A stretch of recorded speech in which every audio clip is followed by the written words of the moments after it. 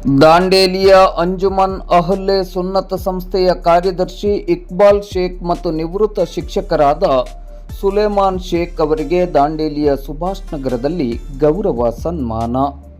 ಹಜ್ ತೀರ್ಥಯಾತ್ರೆಗೆ ಹೋಗಿ ಬಂದ ದಾಂಡೇಲಿಯ ಅಂಜುಮನ್ ಅಹ್ಲೆ ಸುನ್ನತ್ ಸಂಸ್ಥೆಯ ಕಾರ್ಯದರ್ಶಿ ಇಕ್ಬಾಲ್ ಶೇಖ್ ಮತ್ತು 27 ವರ್ಷಗಳ ಕಾಲ ಸಾರ್ಥಕ ಶಿಕ್ಷಣ ಸೇವೆಯನ್ನು ಸಲ್ಲಿಸಿ ನಿವೃತ್ತರಾದ ದಾಂಡೇಲಿಯ ಸುಲೇಮಾನ್ ಶೇಖ್ ಅವರಿಗೆ ಸುಭಾಷ್ ನಗರದ ಹಜರತ್ ಹಸನ್ ಹುಸೇನ್ ಆಶೂರ್ ಖಾನ ಮೊಹರಂ ಸಮಿತಿಯಿಂದ ಗೌರವಪೂರ್ವಕವಾಗಿ ಸನ್ಮಾನಿಸಿ ಗೌರವಿಸಲಾಯಿತು. ಸನ್ಮಾನವನ್ನು ಸ್ವೀಕರಿಸಿ ಮಾತನಾಡಿದ ಅಂಜುಮನ್ ಅಹ್ಲೆ ಸುನ್ನತ್ ಸಂಸ್ಥೆಯ ಕಾರ್ಯದರ್ಶಿ ಇಕ್ಬಾಲ್ ಶೇಖ್ ಅವರು, ನಾವು ನಮ್ಮ ಜೀವನದಲ್ಲಿ ಒಂದು ಬಾರಿಯಾದರೂ ಹಜ್ ಯಾತ್ರೆಯನ್ನು ಕೈಗೊಳ್ಳಬೇಕು.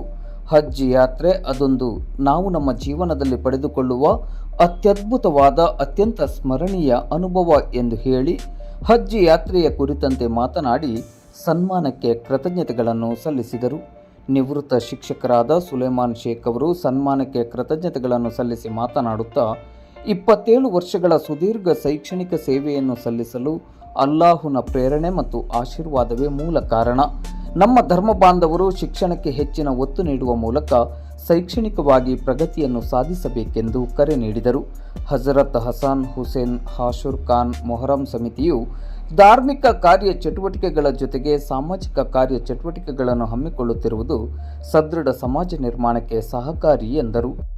ಈ ಸಂದರ್ಭದಲ್ಲಿ ಅಬ್ದುಲ್ ಮಜೀದ್ ಸನದಿ, ನಬಿ ಸಾಹೇಬ್ ಬಿಜಾಪುರಿ, ಸಾಹೇಬ್ ಜಾನ್, ಮಕ್ಬುಲ್ ಬಡಿಗೇರ್, ಸಮೀರ್ ಗುಡದ್ಗೂಡ್, ಅಬ್ದುಲ್ ರಜಾಕ್ ಮುಲ್ಲಾ, ಅಲ್ಲಾಬಕ್ಷ್ ಅಂಗಡಿ, ದಾದು ಗುಡದ್ಗುಡ್, ರಫೀಕ್ ಡಂಕೆವಾಲಾ, ಮೊಯ್ಸಿನ್ ಅತ್ತಾರ್, ಮುಜಮಿಲ್, ಅಲ್ಲಾಬಕ್ಷ್ ಜಾಲೇಗರ್, ಹುಸೇನ್ ಸಾಹೇಬ್ ಮೊದಲಾದವರು ಉಪಸ್ಥಿತರಿದ್ದರು.